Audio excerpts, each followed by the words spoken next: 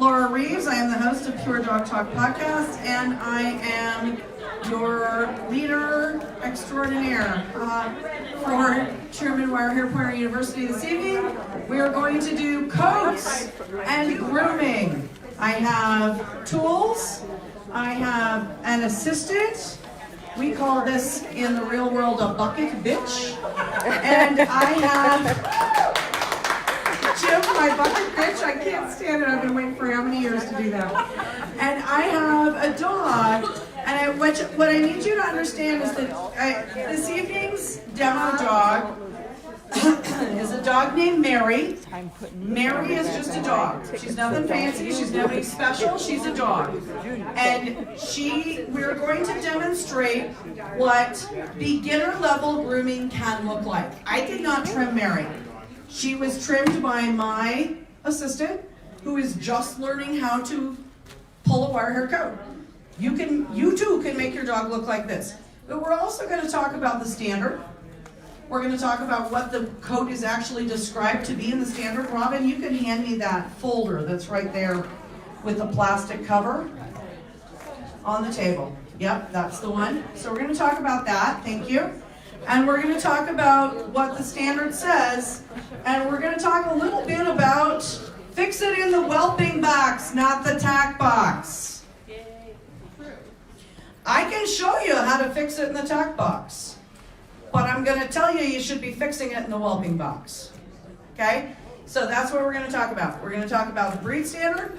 We're going to talk about what is and what should be and what you can do and whether you should or shouldn't, up to you, and how to go with that from there. Okay? So may I have my exhibit? Joni, now. Joe! Okay, good. Here comes Mary. Good girl, Mary. All right, up, Mary. Up. Okay. Mary is in standing season, so we're not going to show you the back end of her because it's unappealing. Jim, can you? Yeah, thank you. All right, so the first thing I want you to do, may I have my videographer go to this side. So the show side of Mary, and for those of you who are sitting, feel free. The show side of Mary has been trimmed. The off side of Mary has not. So, Jim's got her ear stuck. There we go. Okay. So, can we see, those of you over there, that's the show side. That side has been trimmed. Okay? That is, it's not perfect, but that's something you could take in the ring. Now, videographer person, let's come over here to this side, and for those of you who are sitting over here, come on this way, darling. This is the off side of Mary. See those ears? Yeah, come all the way over here. See this fluffy stuff? Step over the... Yeah, step over the fence. See all this hair? What does the standard say? Can I have someone give me the standard on the hair, or do you want me to do it? 2 inches. 1 to 2 inches. Let's see, how long do you suppose that is? That's at least 3 inches. Okay? Now, the coat has texture. Jim? Texture? Right? Density. We say that the coat should be harsh, dense, and flat lying. Okay? So here you have a coat that is harsh and dense. It is not as flat lying as you might like it to be. You guys that hunt, see all this hoofy crap? What's going to happen when you take her into the marsh? Somebody speak to me. Come on. It wears off. It doesn't have any. Cockle burrs. You know what happens? All of this right here is now matted to the skin. And we have a bloody mess. Because we have this dog who does not have the coat that's described in the standard. The standard describes the German wire hair pointer coat as being harsh, dense, and flat lying, naturally weather resistant, naturally short on the head and the ears.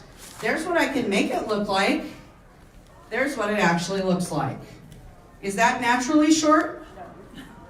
Can anybody look at this and tell me that that's naturally short? Anybody? Anybody? I got no body. Okay? Now, I can make it look like this.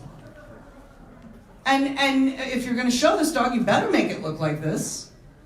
But that isn't what it actually looks like. So we can have a conversation about, is this, and again I quote the standard, extreme and excessive grooming to present a dog artificial in appearance. Is this artificial to her appearance? Yes. Okay, you're right, it is. And a lot of what we see in the ring is not what it actually was whelped as. Now, am I going to say you should never trim your dog? Of course not. I finished her championship. Guess what? She didn't look like that when I finished her championship. Right? I will breed this dog. She has many fine qualities. But I will also be honest with the people who purchase these puppies and tell them, this is what the coat actually looks like. And I will make a breeding decision, right, about how she is bred to acknowledge that this is what she actually looks like. And to aim for a dog that naturally looks like this. Does that make sense to everybody? Okay. So in the process of taking our dog that looks like this and making it look like this in the top box, right? We have lots of options. And we can do that. And Jim is here to help me. We have a pile of stuff down here. Jim, you want to bring me up our pile of stuff? Yeah, just the whole box. I didn't bring you my whole tack box, but I brought you some things, and I want everybody to see these, because for people who are dealing with, oh my goodness, this isn't really what it's supposed to look like, there's ways to make it not look like that. And we're going to not start with Jim's favorite tool. This is a battery-operated clipper. We use this for a sanitary trim. In other words, we trim their boys and girls parts. That's all we do with this. What about the inside of the ear? No. No. No. We shave our hoo-hoo. No boom-boom. Only hoo-hoo. Okay? If you've got a boy part, we're going to shave this under part here just a little bit. You know, we don't have to take it down to skin, for Pete's sake. I mean, if we're doing our privates, we're not doing our privates, right? We're like doing this sensible. That's the only reason to own one of these. Interestingly enough, I had people who didn't know what this was. I couldn't believe it. This, for those of you who do not know, is a Mars Coat King. And Jim, I'm going to have you hold this microphone so that I can show the Mars Coat King, because Jim had no idea. I know what it is. Well, talk to the microphone. I knew what it was. So I just never the Mars used it. Coat King is amazing. All we're going to do, we're not bending our wrist. Once again, same thing with any of the other things we do. There's no wrist bending. This is only to pull undercoat. I can take this Coat King and turn this dog into pretty much a good place to start in about 15 minutes. Do you know what blade number? This is probably a 12 medium. I can't swear to that. But do you see this little package of fur? This little package of fur is all undercoat. Okay? That's all that is. Pulling out undercoat. We don't need it. There's some loose top. Yeah, there's like 3 hairs. All right, so the next things that we're going to look at, and Jim's going to give us some demos on these. We have 4 different stripping knives here, okay? We've got coarse blade, we've got fine blade. Yep, come on in. Jim, come over here and show these to the camera. Here's a coarse bladed stripping knife. Whoop! Sorry. That's, again, can be used to rake undercoat. Fine blade wrapped with masking tape. So for those of you who are brand new and don't want to cut the hair, this is a great way to do that. This is your solution to I don't want to cut the dog's hair, because you know what happens? Somebody tell me what happens when you cut the dog's hair. Can anybody tell me? Makes it curly. It gets softer. That's right. So we want to pull straight out.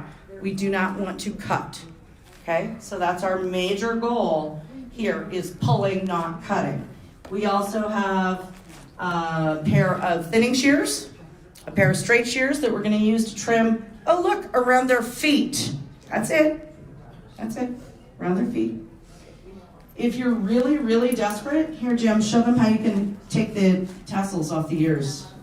If you're in a great big fat I hurry, don't know how to use those. are you serious? No, Here. I use thinning shears for that. I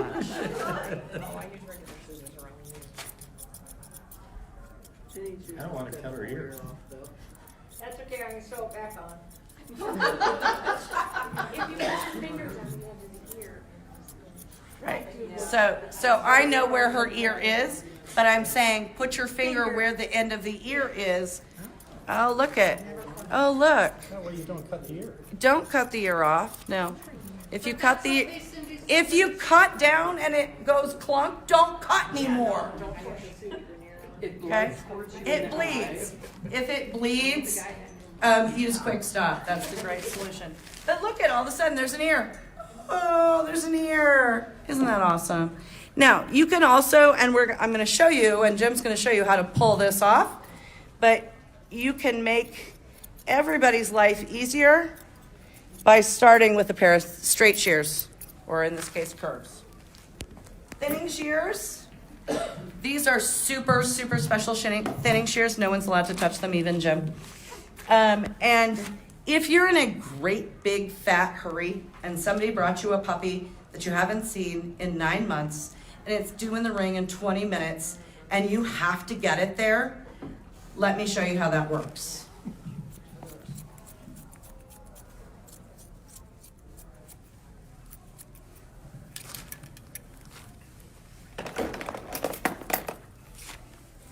You can actually take that down. It's not beautiful, it's not ideal, it's not how we want it done, but you can use your thinning shears going across, right, and under. You can make that work. But guess what? It shows. See that cut edge? Look at this edge over here that's been pulled. So for those of you that are judging the breed, look at what you brought. Are you brought a dog that has a blunt edge all the way down the neck? Guess what? That's not natural. You can pull it and you can make a pretty edge, okay? But if you're in a big fat hurry and you have to look like you're ready to go right now, you can take your thinning shears. These are a lovely tool, okay? Laura, can you come back in behind it and pull it? I'm sorry, say again? Can you come back behind? Correct, later and on Steve makes a great pull it point. and- Steve makes a great point. So I'm gonna take that down and in a big fat hurry. And then Jim's gonna come behind me, or I'm gonna come behind me, and I'm gonna take my my stripping knife. Jim, you wanna pull down on that? Make sure that when you're pulling hair, you're pulling in the direction the hair goes. So what that means is if your hair grows this way and your hair grows this way, you have to pull the directions that the hair grows. So if the hair grows this way, pull it this way. Hair grows this way, pull it this way. And that's why those thinning shears are super helpful at that neck joint. And you can also use them on the back of the thighs. That's a place that dogs really hate to have hair pulled out, is the back of the thigh. And I will often use that to blend very carefully once I've pulled. But keep in mind, as soon as you cut that hair, whether you've cut it with a stripping knife, cut it with a thinning shear, or cut it with a clipper, you've cut it. And you've reduced the quality of the hair. No matter what you do, okay?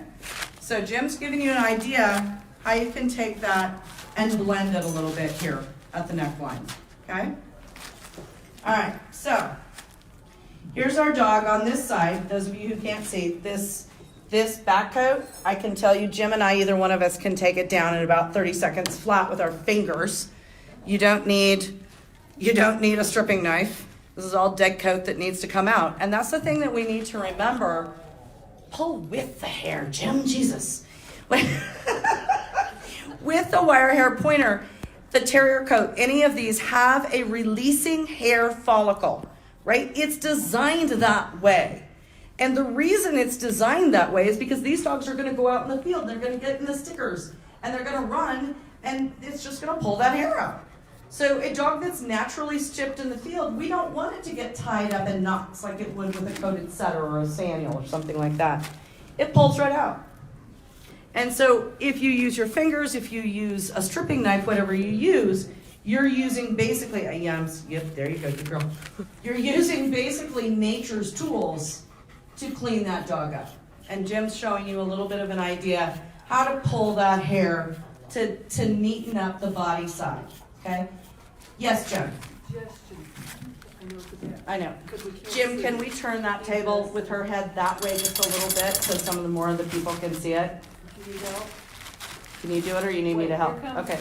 Oh, good man. Good girl, Mary. Mary's a genius. Girl. Yes, One of Diane. the things a lot of people miss too, that when you are pulling the hair on the side like this, it's good to basically Hold the skin. tighten the skin up by pulling on it a little bit. And then when you're pulling on it, And you pull in bits, right? Like you're not trying to pull out a giant clump of hair at once, right? This isn't Yes. our goal. Little We're pulling a bits little at a bit, time. and where's our comb and our brush? We've got brushes in there. You're gonna pull, you're gonna comb, you're gonna pull, you're gonna comb. If you have to use a thinning scissor, you're gonna sit thin a little bit, and then you're gonna brush it down. You're gonna look at it, right? So the idea is that we're not trying to make a standard schnauzer. Right. Or a terrier. Everybody got me. We are not making any terrier or any standard schnauzer. This is the German wire-haired pointer. Its grooming requirements are not the same. Laura, so how many Jim, move your foot. The other foot. Judge, how many judges, in your opinion, really pay attention to whether the dog is excessively groomed or not? Okay, so the question is, how many judges actually pay attention to whether the dog is excessively groomed or not? I cannot answer you in terms of percentage. I can tell you that there are people out there who will tell me that this is a man-made fault. And I will answer them by saying that our standard says that the dog cannot be of correct type if it is not of correct coat. That's what our standard says. I didn't make that up. That's not my idea. That's what the standard actually says. The standard says the breed cannot be of correct type. In other words, it is not a German wire-haired pointer if the coat is wrong. Okay? I don't think there's enough judges that pay attention. Lori is saying that she doesn't think there's enough people who pay attention to that. That may or may not be true. My point is, as breeders, we are the ones who are responsible for providing the judges the dogs to judge. All they can judge is what we bring them. So you're doing a disservice to the breed if you're excessively groomed. Correct. Randy makes the point. You are doing a disservice to the breed if you are excessively grooming, or if you are breeding for a dog that must be excessively groomed in order to be going in the ring. We go back to exactly what I said. This bitch, she has many fine features. She has a coat that's adequate. I would call this maybe a 6. She has texture. She has density. It's too long and it is too open. So it does not exactly meet the standard. It is not naturally short on the head and ears. I know this and I accept it. And I will breed this bitch, I will pay attention to what I breed her to, and I will select for dogs that have better coat. All right? Judges' education Judges' education, Steve Herman is making a very, very valid point. stresses in part the grooming, but of course it's up to each individual student as to how much of that they absorb. Correct, and his point is that each judge that hears that has to, you have to know. But I think it's important when we, as breeders, we have to remember, this isn't AKC's problem. This isn't the judge's problem. This is our problem. We are the breeders. We are the ones putting these dogs in the ring. And until we accept that and own it and aim for our best angels, what are they supposed to do? They all look like that. Okay? So, once again, you're going to have maybe a really great dog that has more hair than you want it to have. I'm showing you how to make it look good in the ring. Jim and I are gonna help you with that. My goal for you is to not ever, goal for me is to not ever have a dog that looks like this. But there it is. We all do the best we can with what we have to work with, right? Yes, Jeff? Okay, if you are stripping like the insides of the ears or someplace that's sensitive, you put any kind of like antibacterial or any lotion? Right, so his question is, when you're working inside the ears or back here in the privates and places that are sensitive to the dogs, do you use a product?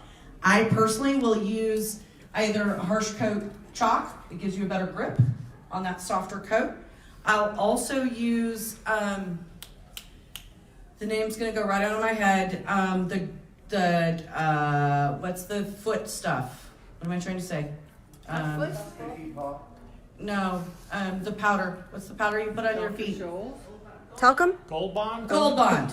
I like the, thank you, sorry, old age is hell, people. Gold Bond, the mentholated Gold Bond. The medicated one. Yes, the medicated Gold Bond. I will put on my dogs when I'm pulling these areas. They're a little more sensitive because that mentholatum, and it'll numb it up a little bit. You can also use ear powder. R7, isn't it R7, right? R7 ear powder has a numbing agent in it. And you can use that under here in these areas and in the inside of the ears. I do not shave the inside of the ears. I don't see any reason to. Your dog shouldn't have, if it has great hair, it's not going to have so much hair on the inside of the ears that you have to shave it. Sorry. If it does, then you know where you are, okay? Jim's doing a great job pulling this. I want to make a point. Jim, can you show them?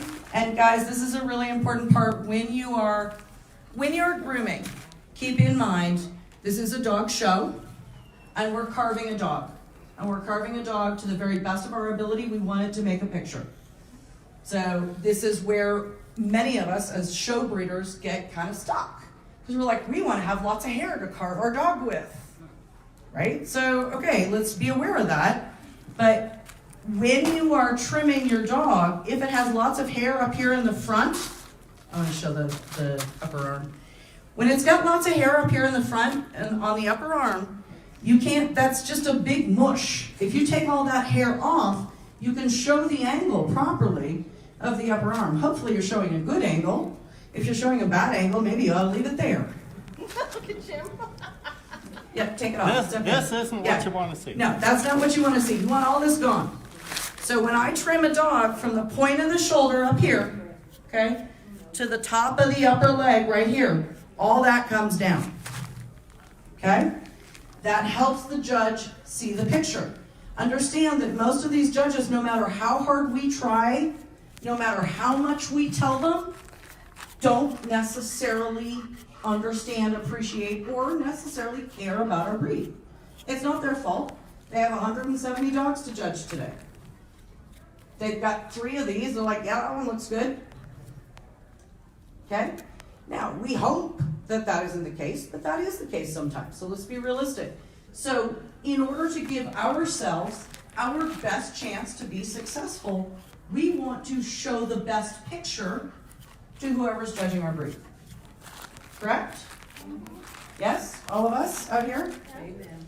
So we are going to show proper angulation. We are going to show the dog in proper coat. We're going to show the dog in proper weight. We're going to show the dog in proper muscle condition. Okay? We're going to show a dog that, as best we are able, meets the standard to the best of our ability. And sometimes, in Mary's case, God love her, she's adorable. Yeah, she likes cookies.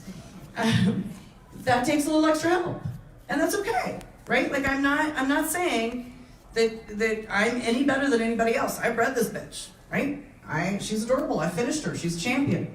Her hair isn't perfect.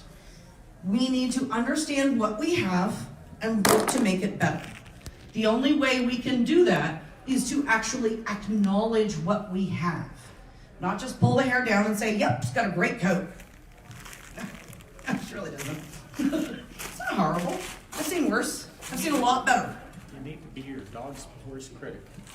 You need to be your dog's worst critic I to want be you- able to present it the best way you can. Right. I think that's absolutely fabulous. You have to be your dog's worst critic. You have to know what's wrong with your dog. I can tell you what's wrong with this dog. She has terrible hair and a god-awful rear. You can start a fire with that rear.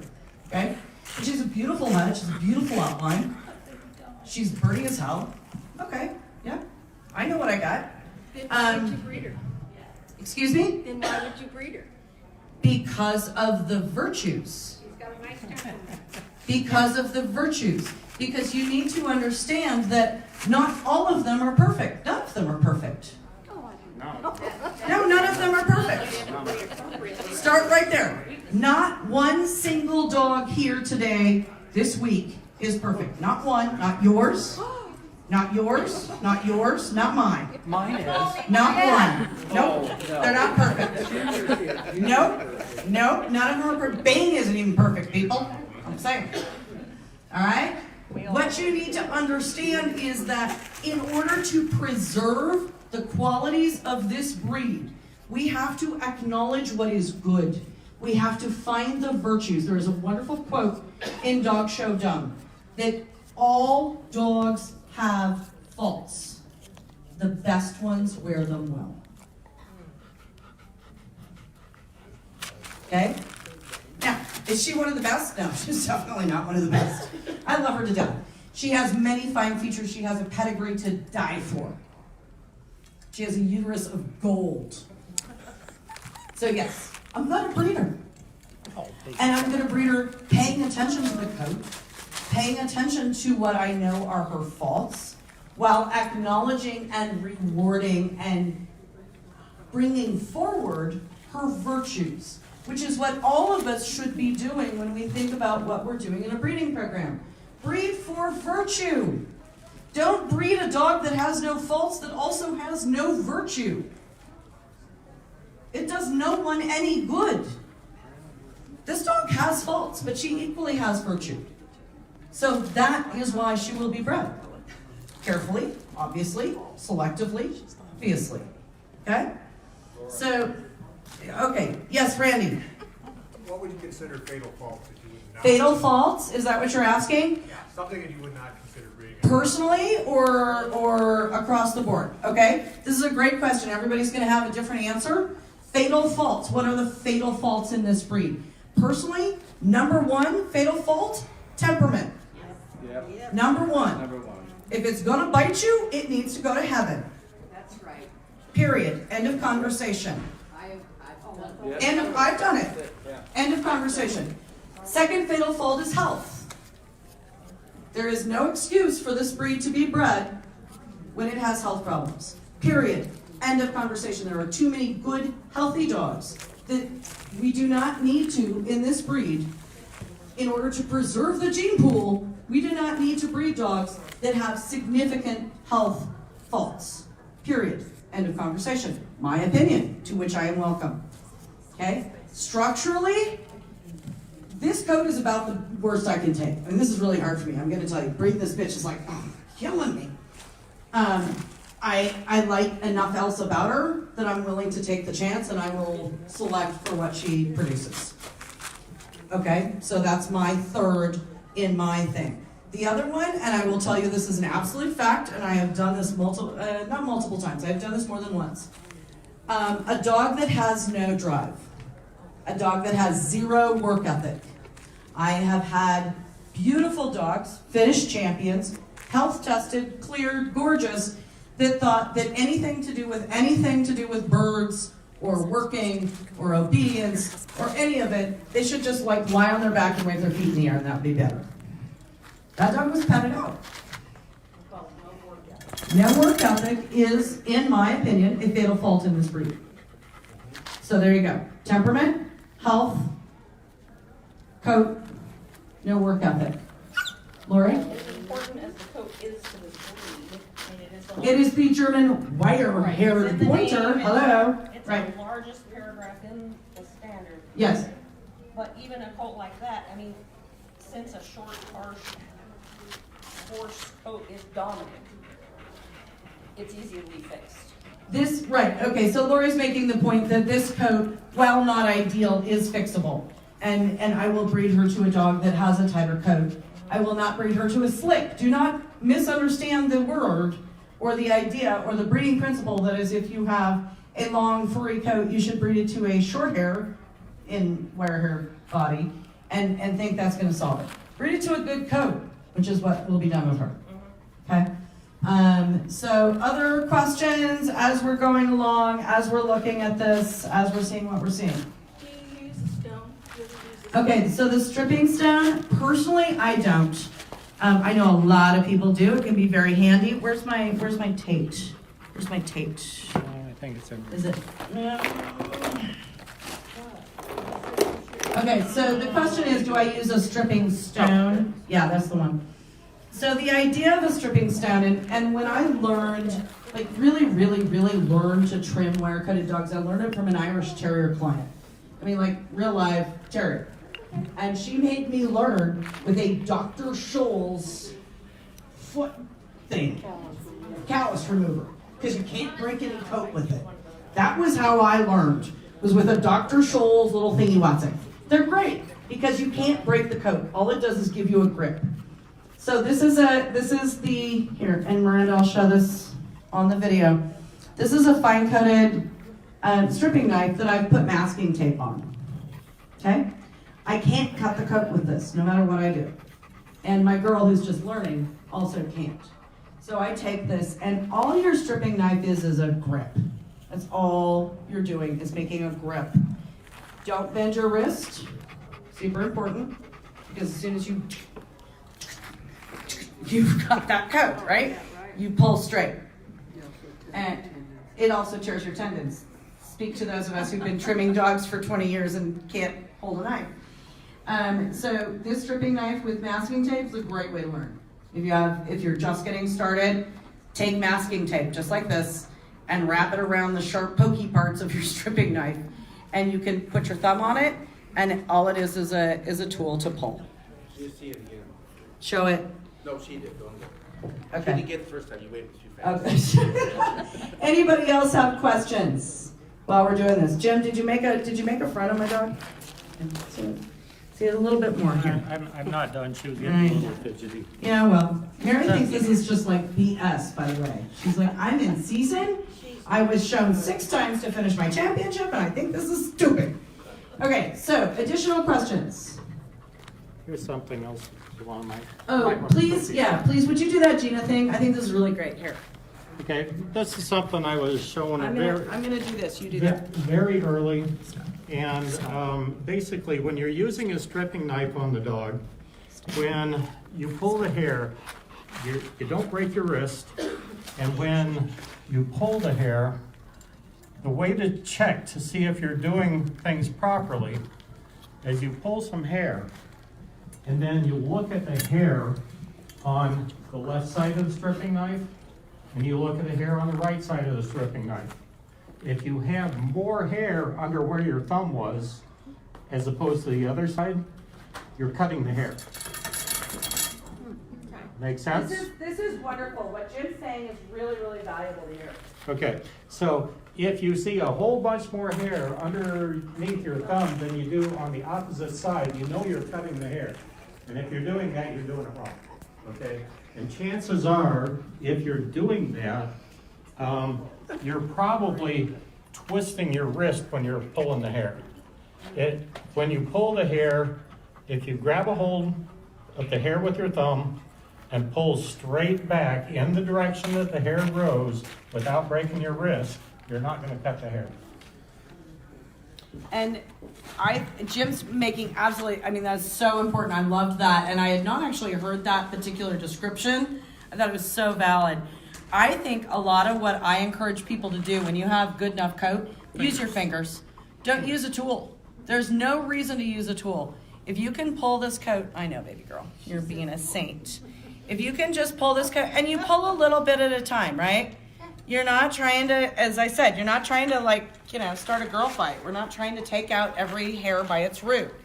We're just trying to get a little bit. Now here's the thing up here on the neck. Good. See how this is kind of pulled up? This tells me that the young lady who's been learning how to trim this dog has been breaking her her wrist. Can you see this? Can you pull up in that? Do you see how the hair is turned up at the end?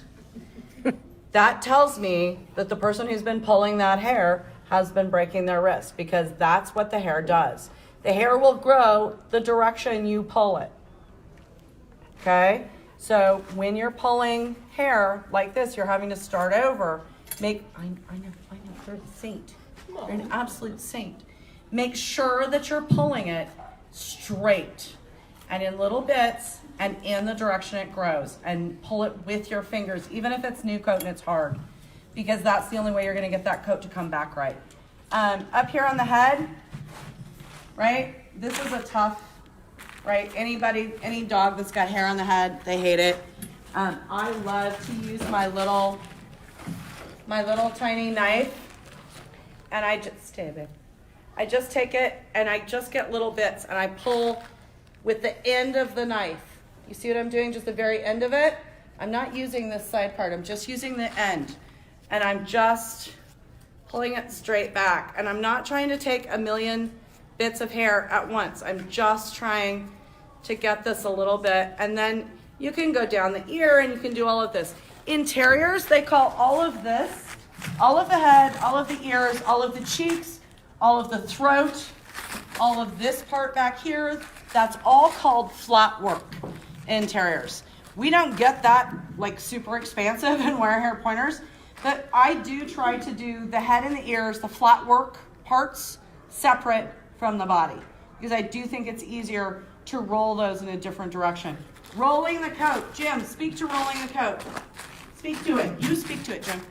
Rolling the coat, in my opinion, basically has to do with working the coat on a regular basis. Weekly. And what that means is, okay, the breed is actually a double-coated breed. It has undercoat and it has top coat. But the top coat shouldn't be all one length of hair. The top coat should be varying lengths of hair, and that's what rolling the coat means. So you have some old top coat that is a little longer coat that's all the way on the top. Then you have some top coat that is actually kind of a medium length, which is stuff that you pulled maybe 2 weeks ago.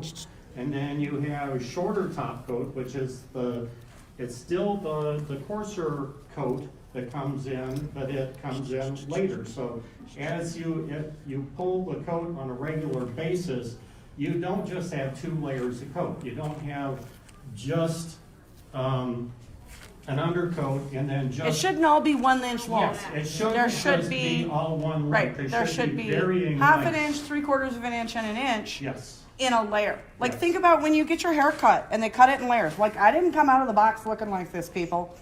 Okay, somebody did this for me, not me. That's our goal, is to do that kind of thing to our dogs, right? And to keep that coat healthy, right? So as soon as you see this foofy stuff over here on the side, that means that's dead. It's died. It's gone to heaven. It doesn't need to be there. It can go away. And whether you have a companion dog, a pet dog, a hunting dog, a show dog, this little teeny tiny tool right here costs you maybe $50. You run that just like this with the hair, with the way the hair grows. It is going to pull out that undercoat, and it's going to make and leave you a nice, basically reasonably trimmed dog. Just don't do like so, right? Just go in a straight line. And they're going to give you this whole business about how they're terribly abused and like they're dying. They're not dying. Don't buy into the theory that they're dying. Right, Frank? Right. Okay. Lauren, Yes, Steve? give any consideration for the edge of patches on the dog and what it is? That's a really great commentary. I have done, and I'm going to be dead honest, I do that when I'm specialing a dog like at the highest level, right? Like if I have a dog that I'm wanting to invest in show with, or win groups with, or I'm really competitive with, I will go and I will pull that coat very, very neat around their body spots. They got a big brown spot on their side. I'm gonna pull all the white hairs so there's no white hairs coming across the brown spot. Okay? I had a judge many, many years ago tell me that Smoke, and most of you will remember Smoke's underline was scissored. I'm like, no. It was pulled every single hair by hand. Okay? You can make that really beautiful silhouette. There is no reason our dogs cannot be beautiful. I'm not asking our dogs not to be beautiful. I'm asking our dogs to be real. And I am asking us to understand what our breed standard is and to care. Okay? Do you give your dogs a break while you're grooming? If you're Do I give them a break? So this is about the end of Mary's patience. So I will tell you, I'm old. I've been doing this for a very long time. My hands are diddly squat. I can't do about more than an hour. I physically can't. My hands cannot. And so I need a break, not the dog. The dog needs a break too. And I think that's one of the things that I always had a terrible time, on God's honest truth, when I was showing terriers. They'd spend 4 hours pulling that, their flatboard bare to the skin. Like, I can't do it. I'm just peacing out on this. I suck. I'm not a good human. I'm not a great terrier handler, whatever you want to say. I can't do it. So I usually do about an hour once a week. And that's my goal for my dogs. And Smoke, who was one of the dogs that I kept in top condition and very successful across many years, 1 hour once a week was all she needed. And she didn't have the greatest coat. She had a coat very similar to this. Yes, Lisa. You may be gonna get to this anyway, but can you talk about cheeks and eyebrows? How to do face. Okay, so trimming a face, and Jim and I already had this huge fight about this because everybody has their own face trim, and it's very personal, and it's super, super important to each one of us. I'm gonna tell you my face trim, and then I'll let Jim tell you his face trim, okay? Jim, I'm gonna give you this. Okay. And I'm gonna find my stripping knife, and she can sit down because at this point I don't care what she's hi baby. And I was saying, if anybody's trying to figure out why Laura's reading this bitch, it's this. Right. Did I mention temperament? Because this is what they should be. And if your dog is on the table and is trying to rip your freaking throat out, you shouldn't be breeding it. I'm sorry. Okay, I'm done now. Did I go sideways? Somebody stop me. All right, so. All right, Jim, you go down. Yeah, okay. So here's my line. This is my line. This is how I trim my faces. Outside corner of the eye to the outside corner of the mouth. That line. Everything behind that line, all the way to the ear, down the neck, whatever, all of that goes away. Okay? All of it. Everything. I also, underneath the eye, see all this foofy, hoopy, doodad stuff underneath the eye? That's got to go away. Because that's ruining the shape of the face. The head should be rectangular, right? Should be parallel planes. We're losing that when we have all this goop underneath the eye. I pull that with my fingers. Some people take thinning shears, whatever. Okay? So all of this right here. And then this eyebrow stuff, keep in mind, okay, some of you guys that are old enough will understand this. Terrence Bolden once told me when I was showing Smoke that they were supposed to be eyebrows, not visors. I heard him tell someone else that one. Right. So those of you who knew Smoke really well, she had super light eyes. And I looked at it and I said, do I look stupid? Right? So I grew her eyebrows a little long because her eyes were a little light and I wanted to, right? So there's a difference between what we do as exhibitors and or handlers and what we do as breeders.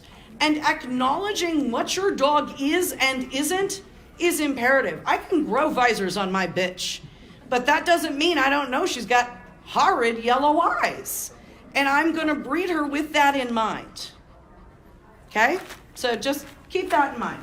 Part of that also had to do with whether or not, when I heard him make the comment, it was to someone who had a dog who had one eyebrow. Right, yeah, they've got to have two eyebrows. You've got to have two eyebrows. This is not the Brooke Shields dog. There's 2 eyebrows. This is not a fall, right? We clean this up. You go in between the eyebrows and clean this up. So they need 2 eyebrows. Yes, and this is me, see this? It's hard for you guys to see. See this part that's poking up on the inside of the eye? Do you see that piece right there? I take that out, okay? I also take, I know, Mare, honey, I know. So see this part that's poking out to the side of her head? I hate that, hate it. And so I take that off, right? So all this part that comes out past the side of her head, I take it off. Right, it should be a brick, right? This is rectangular. This should be parallel planes on a brick, top and bottom, side to side. It should be not a shoebox, because it's not that wide, but it should be parallel planes, long, narrow, rectangular head. And so all the things that we do to accommodate that are important.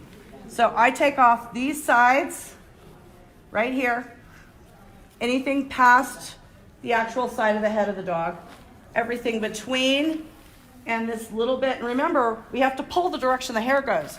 So you have to sometimes go in like ridiculous contortions, yeah? You have to do it standing on your head.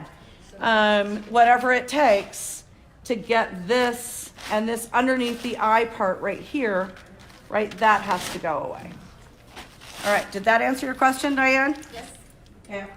Totally.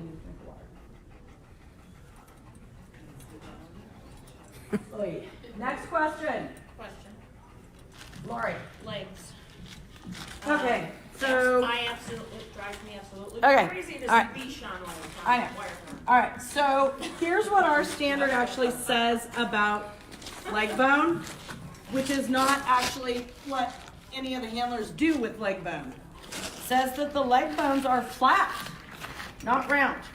That is the breed standard. That is not my idea. That is not my opinion. That's the actual breed standard. Breed standard says that the leg bones are flat, not round. Good luck, Jen. So when you take your dog here, do them up in a wire here. Poof. Yeah, make a Bichon leg. When you do your dog up in a round column. You got any cholesterol? Yeah, no. When you do your leg up in a round column, looks like a Bichon, looks like a Airedale, looks like a Welsh, whatever. It's purposely defeating the standard that's written for our breed. Well, okay, it looks ridiculous. Some people think it looks fancy. I had a handler out on the West Coast one time many years ago, and I jumped up and down on his head about this. Tell me that he would post his dog's legs. That's what they call it in terriers, posting them. He'd post his dog's legs, and I could do my dog's legs, and we'd see who won the most. Well, so when you do this fluffy thing, if you're going to do the fluffy thing, normally it's done because A, they think it looks cool, or B, your dog doesn't have any bone. Okay? So if you have a dog that doesn't have any bone, perhaps you need to do a little bit of poofy. If you have a dog that has bone, please don't, because then it just looks like a Clydesdale. And that's equally not appropriate. Our standard says moderate. Our standard says that a dog's size and substance should not mitigate against its agility. So we don't need Clydesdales. We don't need bone like a Saint Bernard. Trust me, I've shown dogs with bone. I did everything I could. I brushed it down. I'm like, no, there's no hair there. Okay? So my strong recommendation when I'm showing a dog, I don't use chalk. I don't use chalk. I don't have to. I use a little bit of cholesterol on the leg. And there, Jim's brushing it into what he knows. This is not necessarily Jim's leg, this is my leg. God love this man. Okay, so it's true. Oh, you're such a fat liar. I'm not saying it's what I used to do. Perhaps he's learned from me, I don't know. So what I do is I put a little cholesterol in my hands. So like a divvy dab, like a thumbnail full, okay? Cholesterol is a conditioner. It's helping us keep from break the hair on the legs.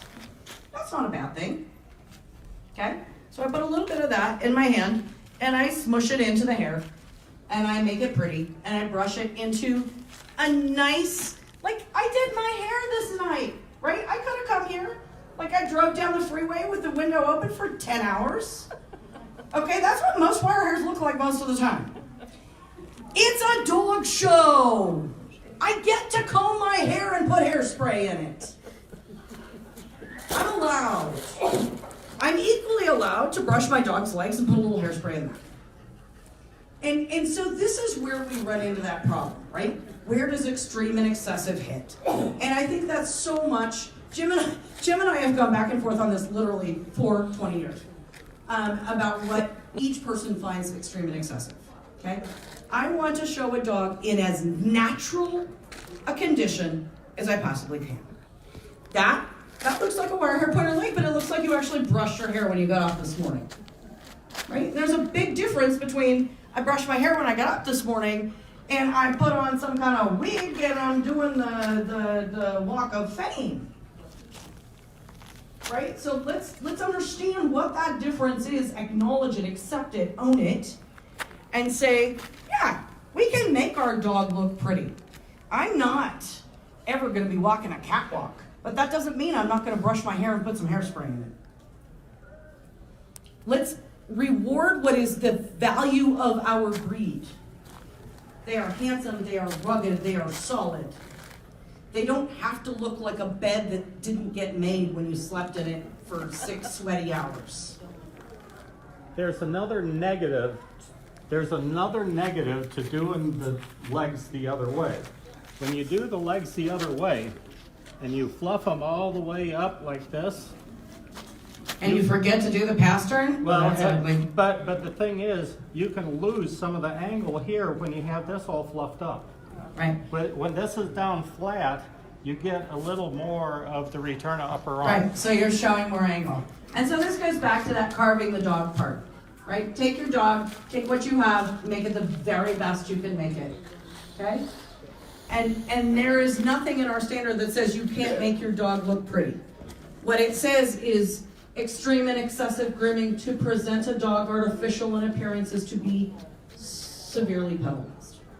So you decide. Each one of us has to decide what's extreme and excessive, what's artificial. That's on each person. But like our founders said, like Judy said, know what you did, tell what you did, and breed to improve. Okay? I'll take one more question and then we're about done. Mary's had it, we've all had it, everybody's tired. On the hind leg, don't you think that set the hair on the bottom part of it there? Okay, so Frank's asking on the rear leg, on the stifle. So when you do this bend to stifle, see on this particular type of coat, it's a little softer. And so he's asking, is that excessive? And I would say yes. I would even that up. I would take with my fingers, okay? Right, go ahead, show him, Jim. You're gonna take that, you're just gonna even that out. You're just gonna make that a pretty Brush line. it out with a slicker, and then Take it with your brush, take it with your comb, pull just- the long, straggly stuff. Once again, we're trying to not look like we rolled out of bed with a hangover. Okay? And you kind of try to follow the contour of the leg, and if you can make the contour of the leg just a little If you bit can make better the by how contour a you little do it, bit better, well, then you're smarter than every average bear. And the dog will keep sticking up its leg to tell you, don't touch my legs anymore. Yes, yeah, Jen. whatever. Oh, Ariel, yes. Hair on the inside of the thighs and like. Hair on the inside of the thighs and the back legs. There's a variety of ways, right? Yeah, Jim would like to take the clipper to it. I would beat him with a stick. I will do one of two things. I will take a thinning shear to it. Depends on the dog, depends on the coat, depends on how will they stand there, all of those things. If that dog is particularly sensitive, they're like, oh my God, I'm gonna die. Yeah, I'll take a thinning shear to it. But I can tell you right now, I'm just gonna stand here and pull this with my hands just like this, and she's gonna be like, "Go get off me," but she's gonna stand there and she'll do it. You wanna clean that up. Because once again, go back to what's our concept. Our concept is a rough-coated hunting dog. So if in the wild as a bird hunter, that was gonna get yanked out when they run through a thicket, let's pull it off. Right? Does that make sense? Okay, Randy. How much beard, how much jaw? How much beard? Okay, I am not a huge fan of giant beards. The standard says medium. Medium, when it talks about furnishings. Her beard is actually fine to me. I don't mind her beard at all. She's very adequate. Shows that she's a wire hair pointer, right? The standard says they have to have beard and eyebrows. Sometimes those eyebrows are like 3 hairs. Oh, they're so cute. She has a lot of eyebrows, a lot of beard. But our standard says medium, right? So I'm not gonna try and grow a 6-inch beard on this bitch like she's like a giant schnauzer. This goes back to what we were talking about, the back, see that back point of the jaw? The back point of the lip right here. And I take it under from there. So at the back corner of the mouth, I go all the way underneath and I pull that down to go down into the throat. Okay, does that make sense? Do you make the beard boxy, or do you just leave it? Some No, people, it do you make it makes- boxy, do you make it pointy? I mean, I It see makes people the that beard pull more up- pronounced. Right, I see people that pull it up to 4 hairs. I just hate all of that. I am always gonna go for as natural as I can make the dog. Everybody has their own personal thing, and I'm not gonna tell you what you should and shouldn't do. I'm gonna tell you what I do, which is very natural. Back corner of the mouth, all the way underneath. I neaten it up. I want it to look pretty, right? Like I don't need it to look like some kind of Sex in the City. I just need it to look nice. That's me. And I'm gonna tell you, I have multiple Best in Show wire hair pointers. I have multiple specialty winning Best in wire hair pointers. I've finished a lot of dogs that have been doing this for a long time. And I didn't need to pull it down to 4 freaking hairs in order to do it. Okay. Yes, Lauren? Well, I always say in my judges seminars that the coat is meant to be protective. Keep that in It is mind. protective. It should be a protective, thick enough and enough beard, Correct. enough fibro to be protective. I actually had, it's interesting, I had a judge email me not too long ago. So what is it I'm seeing with all these thin coats? Like, so talk to me about what that means. And apparently he was seeing a lot of coats with minimal furnishings that were just thin in the body coat. So close to a slick, but not quite. And I tell people all of the time when I do judges education, right? So this is breeder education. We're talking to you guys. This is important for all of us to know. When I do judges education, I tell the judges, prioritize by function. What are the things that this breed has to do?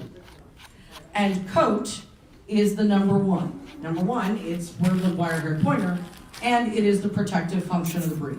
Okay? Movement, temperament, structure, all of these are function.